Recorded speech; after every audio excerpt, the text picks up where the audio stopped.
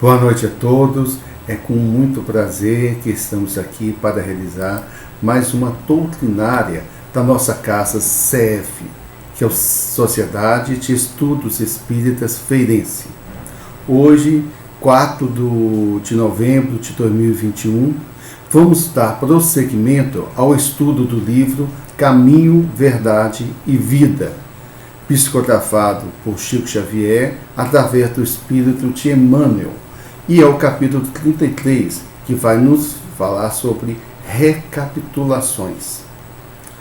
Primeiramente, vamos fazer nossa oração inicial para pedir a Deus, pedir a Jesus, que possa nos conduzir, que possa realmente nos direcionar, para que a gente possa se entregar nesses poucos minutos às suas mensagens, para que a gente possa interpretar e principalmente vivenciar, colocar em prática em nossas vidas.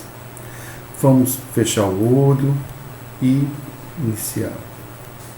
Pai amado, Pai querido, agradecemos por mais uma oportunidade de estarmos aqui unidos virtualmente, mas presencialmente em coração, em alma, e pedimos que Jesus que esteja conosco durante todo esse trajeto, com os mentores da casa, para que possamos ter a facilidade, que possamos ter um domínio, certo domínio, em termos de passar suas mensagens. E através dessa passagem, nós possamos, Senhor, absorver e realmente colocá-las em nossa vida, na prática diária dela. Ó Jesus, fazei de nós sempre servos obedientes, servos bons de tua obra, que possamos prestar atenção, Jesus, em nossas atitudes, em nossos atos, em nossos movimentos, e como vamos estudar nossas recapitulações, que a gente preste atenção, Senhor, em nossos hábitos, em nossos padrões espirituais. Muito obrigado, Jesus, e nos abençoe durante todo esse percurso. Amém, Jesus, que assim seja. Amigos, então nesse capítulo, Emmanuel, ele vai nos chamar a atenção para que nós possamos, alertar quanto à questão dos hábitos e dos tropeços, que nós insistimos em realizar repetidas vezes em nossas experiências terrenas. No livro Fonte Vida, ele nos chama a atenção, que eu achei interessante, sobre o arrependimento. Como Emmanuel fala, o arrependimento ele é útil de quando em quando, mas o arrependimento insistido, o arrependimento toda hora, ele é sinal de teimosia e de viciação. Então, nos leva a pensar, que todo esse processo de se arrepender, fazer arrepender, vai se arrepender toda hora, é um sinal de um ciclo vicioso, de recapitulações, de repetições, de padrões e de condutas, que muitas vezes não se limitam apenas a essa existência, mas de repente nós estamos repetindo 1, 2, 3, 4, várias existências reencarnatórias, e caindo nos mesmos vícios de caráter, caindo nas mesmas cascas de bananas, como nosso amigo Jackson, costuma nos lembrar, e persistindo nos mesmos erros, seja no campo dos desequilíbrios financeiros, seja nas negligências com a saúde, com os devaneios sexuais que nos tiram muitas vezes do caminho, nas tiranias do campo do poder, do dinheiro e outras viciações, e sempre promovendo as recapitulações nas vidas presentes nossas. Emmanuel também, no Fonte Vida, que é um livro que eu gosto muito, no capítulo 97, por exemplo, no final, ele chega assim até a classificar esse fenômeno de recapitulação, de repetição, Ele chama de ciclo de reencarnação de baixo teor espiritual, onde a pessoa fica presa nesse círculo, sem conseguir ultrapassar suas dificuldades e a qual ela se predispõe a melhorar, né? Como ele também fala, né? Exterminando as mais belas florações dos sentimentos, né? Que sentimentos são esses? Justamente o que? A disciplina, o equilíbrio, o perdão, a humildade, o amor e outros padrões de evolução, tá? Que nos ajudam nessa caminhada. Então, a necessidade primordial do nosso autoconhecimento para essas mudanças, tá? As mudanças também de atitudes morais de cada indivíduo, né? Tudo isso vai nos ajudar a livrar, né? Justamente de cairmos nessas recapitulações viciosas. Então vamos dar início, tá? No nosso capítulo, viu? E Emmanuel, ele inicia sempre com um versículo da Bíblia, tá? Ele retirou de João, capítulo 12, versículo 43, onde eles nos falam, afirmando até, porque amavam mais a glória dos homens do que a glória de Deus. Então aqui o discípulo João nos alerta para a importância de nos posicionarmos quando das nossas escolhas, né? O resplendor das coisas terrenas, tá? As grandezas dos olhares da multidão, os brilhos que nos ofuscam desse mundo material e essa fascinação que o ser humano tem, né? Faz com que a gente desvirtue para esses resultados que são praticamente o quê? Passageiros, imediatistas, né? Resultados mundanos. Então, apesar de o indivíduo, o homem, né, ter se preparado tanto na condição espiritual para que possa retornar e sabendo, né, de seus compromissos, sabendo de suas obrigações, sabendo da necessidade de suas mudanças e tendo esse apoio todo, é uma escola também, né, o plano espiritual, tá? E então ele acaba muitas vezes se deixando atropelar pelo orgulho, pela cobiça, pela ganância, né? E um exemplo mais comum que nós temos, né, é aquele indivíduo que veio para recuperar, faz de conta o quê? As suas dificuldades com o poder, com o dinheiro, com a fama, a vaidade, né? Então, assim, esse indivíduo, após passar justamente, né, pelos aprendizados no mundo espiritual, com assertivos, né, compromissos e todo o apoio dos mentores para a realização da sua missão, ele reencarna e quando atinge novamente uma posição de destaque e poder, né, na Terra, ele se entrega novamente aqui, à vaidade, ao orgulho, à tirania, perdendo aí toda a oportunidade de mais uma existência, mais uma reencarnação, se comprometendo talvez ainda mais da sua evolução para os mundos superiores espirituais. Geralmente, a glória espiritual, ela é silenciosa, né?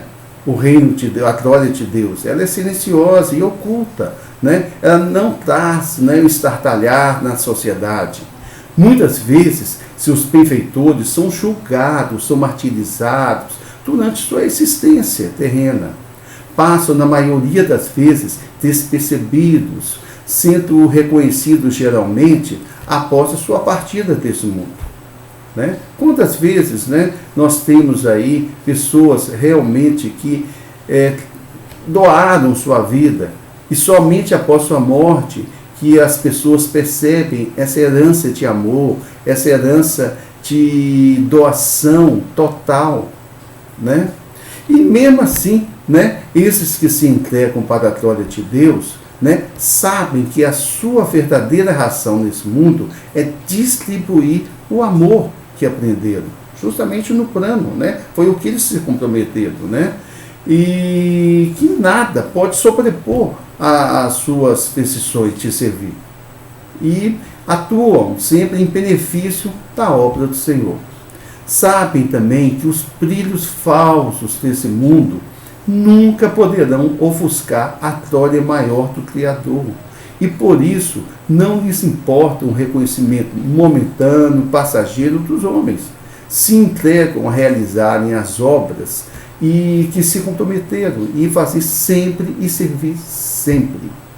Assim, o Mestre Jesus, tem até uma passagem aqui, ele nos alerta, nos lembra, né? Nessa mesma passagem de João, capítulo 12, só que o versículo 44, ele diz: aquele que crê em mim, crê não em mim, mas naquele que me enviou.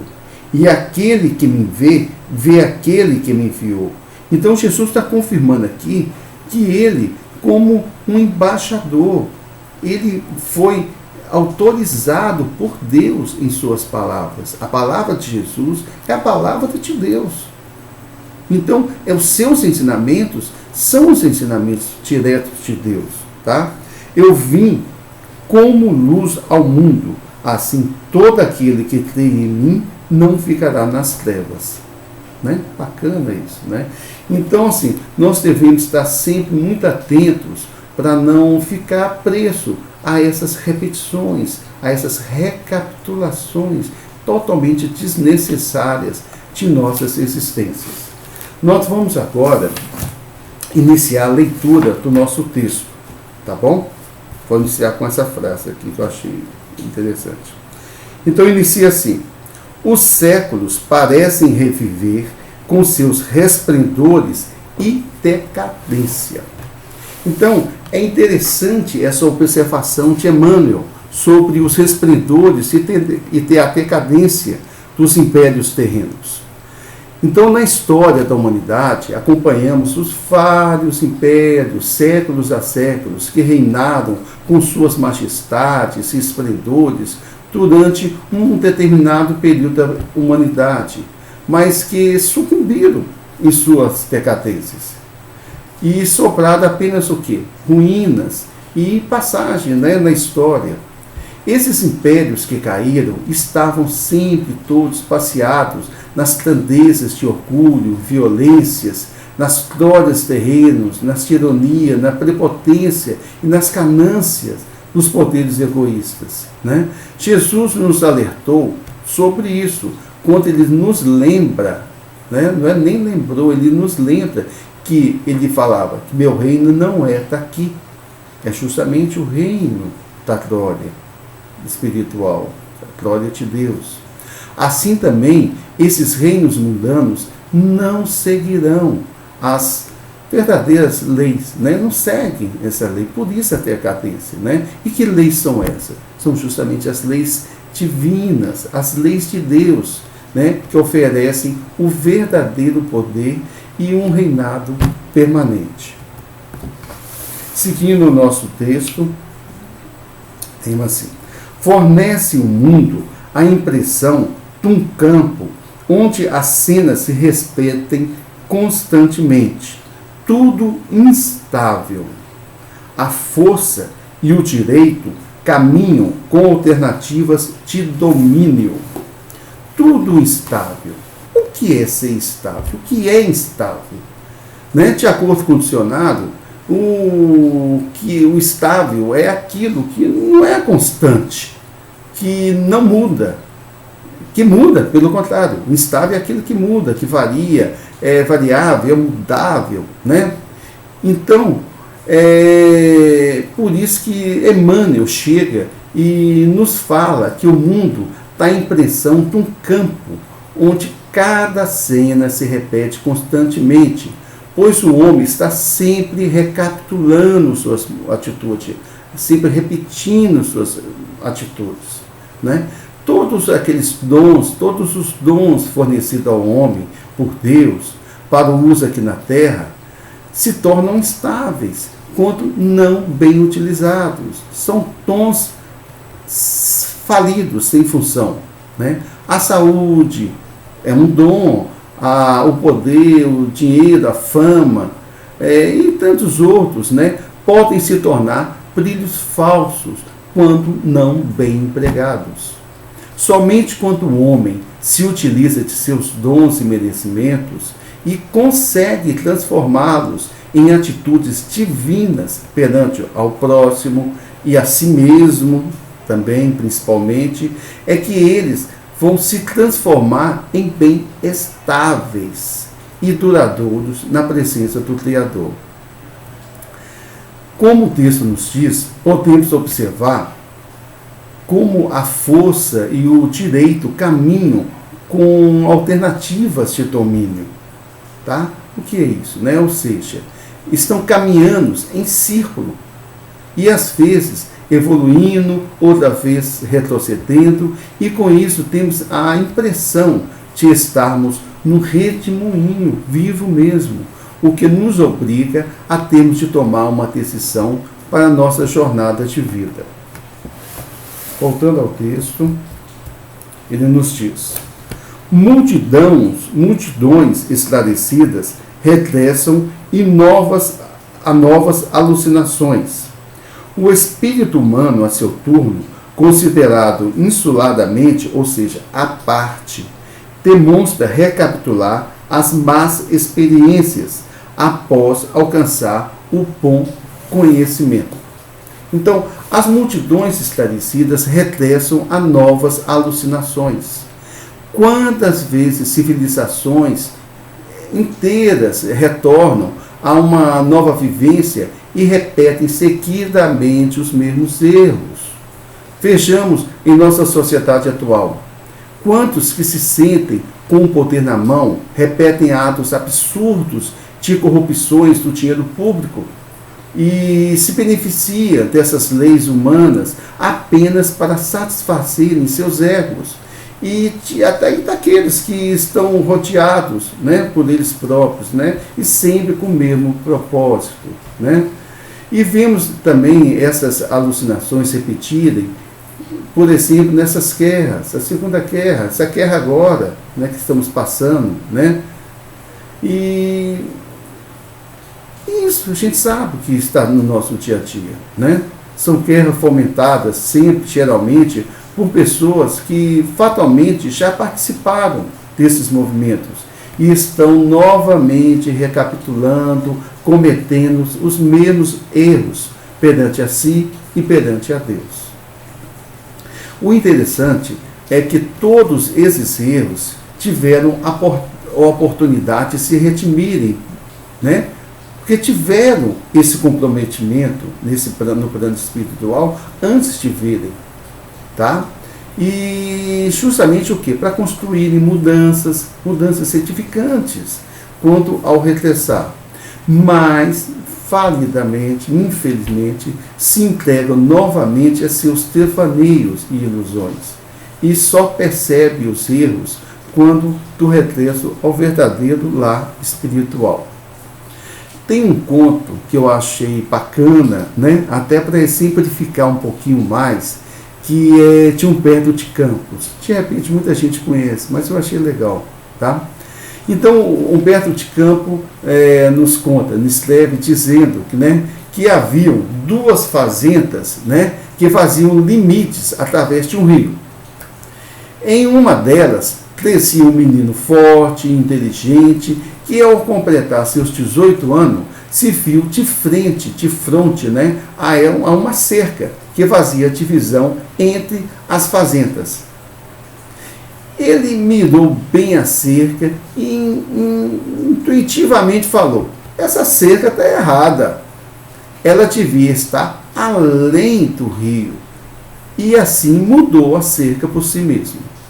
A outra família, ao avistar o que foi feito, né, da outra fazenda, tomou satisfação e, como não resolveu amigavelmente, aconteceram as discussões e fatalmente houve violência e tiros, né, onde o rapaz matou o vizinho e também morreu, tá? Então, após toda a etapa de recuperação no plano espiritual dos dois rapazes, né, que cometeram os assassinatos, eles resolveram entre si que retornariam às suas vivências no mesmo local, somente trocando de famílias e de fazendas. Tá? Assim feito, o mesmo rapaz cresceu forte, inteligente, e ao completar 18 anos se viu em frente à cerca que delimitava a sua fazenda, só que do outro lado já. E disse, sabe o quê? Essa cerca está errada. Os pais e os amigos, dessa vez, interviram antes que ele mudasse, mesmo sem saber, porque já se conheciam a história, né? Dizendo que essa cerca, né, já havia dado muita confusão e mortes, inclusive do bisavô dele, que na verdade era ele mesmo. Não teve jeito. E ele foi e multou a cerca agora para o outro lado do rio. Com isso, a outra família reclamou e acabou novamente ele matando e sendo morto. Ao chegar no plano espiritual, os mentores conversaram com ambos protagonistas, né? E disseram que com isso havia passado mais de 200 anos sem um avanço, sem uma evolução espiritual, né? E que teriam, né, novamente mais uma chance, outra chance, tá?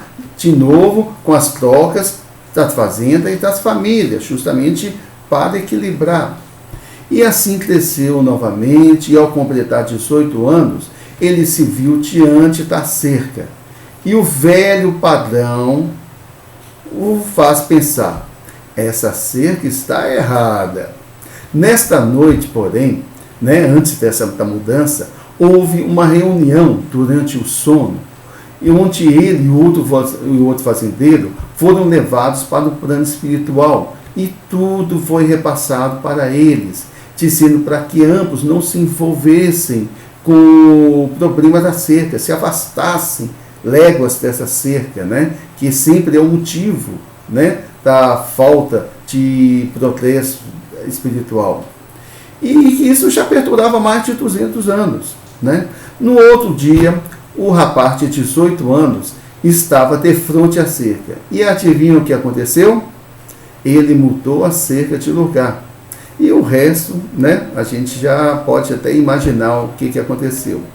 Então, isso é sempre característico do que Emmanuel nos fala, né, que é justamente as reencarnações as de baixo teor espiritual, onde ocorrem as recapitulações de padrões reencarnatórios, e sabendo que isso é muito comum, e vemos casos similares, né, como outras situações, né, repetindo sempre perto de nós, viu? Vamos dar a nossa sequência aqui. O texto nos fala como esclarecer a anomalia. Essa anomalia, né, de repetições. A situação é estranhável, porque no fundo todo homem tem sede de paz e fome de estabilidade. Importa reconhecer, porém, que no curso dos milênios as criaturas humanas em múltiplas existências têm amado mais a glória terrena do que a glória de Deus. Então, todo homem tem em si o dom do reconhecimento divino. Mesmo não aceitando essa condição, ele será um dia um ser de luz. Isso é certo. Não adianta. Se ele não quer, problema. Mas ele será um dia. Tá? Então, essa sede de paz e fome de estabilidade, como diz o texto, né, é inerente ao homem, fazendo com que se torne estranhável essa situação de afastamento do seu eu divino. A necessidade de reconhecimento terreno perante uma sociedade áfrica, né, de ilusões, tudo, faz com que pessoas se percam perante as idolatrias terrenas, tá? O egocentrismo aprofundado, as compulsões sexuais deliberadas, a falta de moral perante as liberdades de escolha, o descontrole no poder adquirido, que se transforma geralmente em tiranias, né? Tudo isso faz com que o homem ainda se prenda mais à glória terrena do que realmente à glória de Deus. Vamos dar sequência. Inúmeros homens se presumem redimidos com a meditação criteriosa do crepúsculo. Mas, e o dia que já se foi? Essa pergunta, né? Após o crepúsculo, tá? E Emmanuel, nessa parte aqui, ele nos confronta com a conscientização da nossa maturidade na vida, ou seja, com o crepúsculo existencial. É justamente na maturidade que tomamos ciência dos atos realizados de forma justas ou não.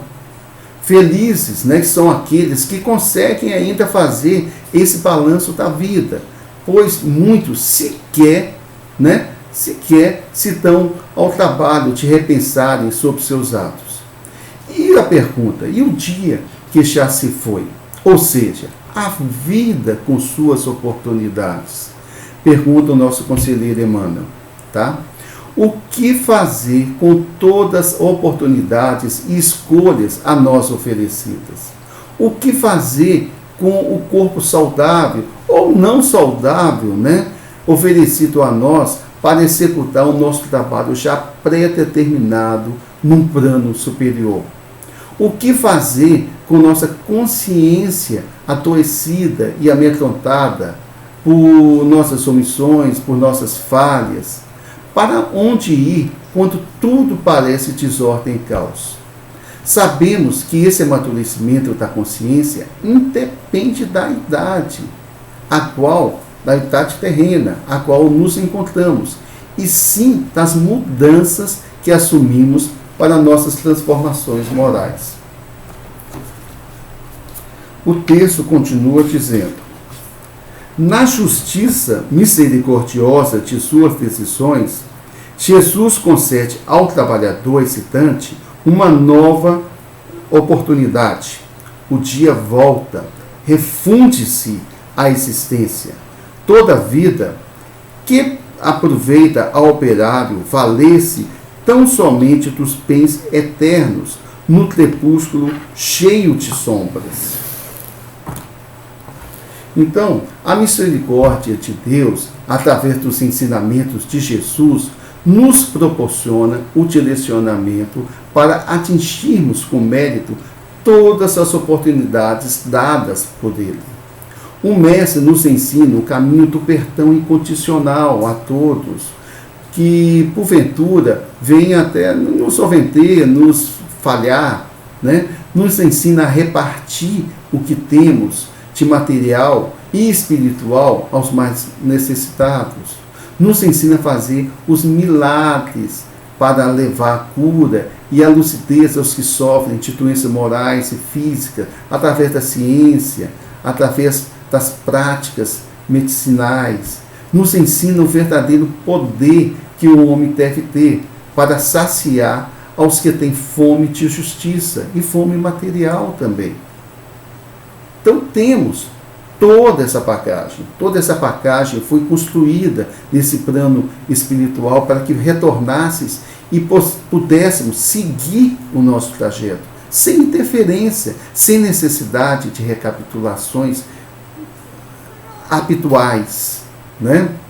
Então, com isso, Jesus refunde a existência, nos ensinando que todo momento é momento de mudança para o bem. Se através da sua consciência você se percebe desviado do caminho a que veio realizar, retorne ao seu itinerário, né? Não tenha medo de assumir o caminho que foi destinado a você. Muitos esperam pela hora certa e esquecem que a hora certa é agora. Eu estava lendo o Dalai Lama e ele fala que tem 2 dias que a gente não pode fazer nada, que é o ontem e o amanhã. O único dia que a gente pode fazer é o presente. Então, que possamos construir um presente digno, um presente que viemos fazer aqui. E se está, né, na maturidade já, nós devemos aproveitar o tempo que nos resta, independente das sombras, né, do que aconteceu, que E se está na juventude, melhor ainda. Aproveite todo esse tempo por completo para a prática do bem.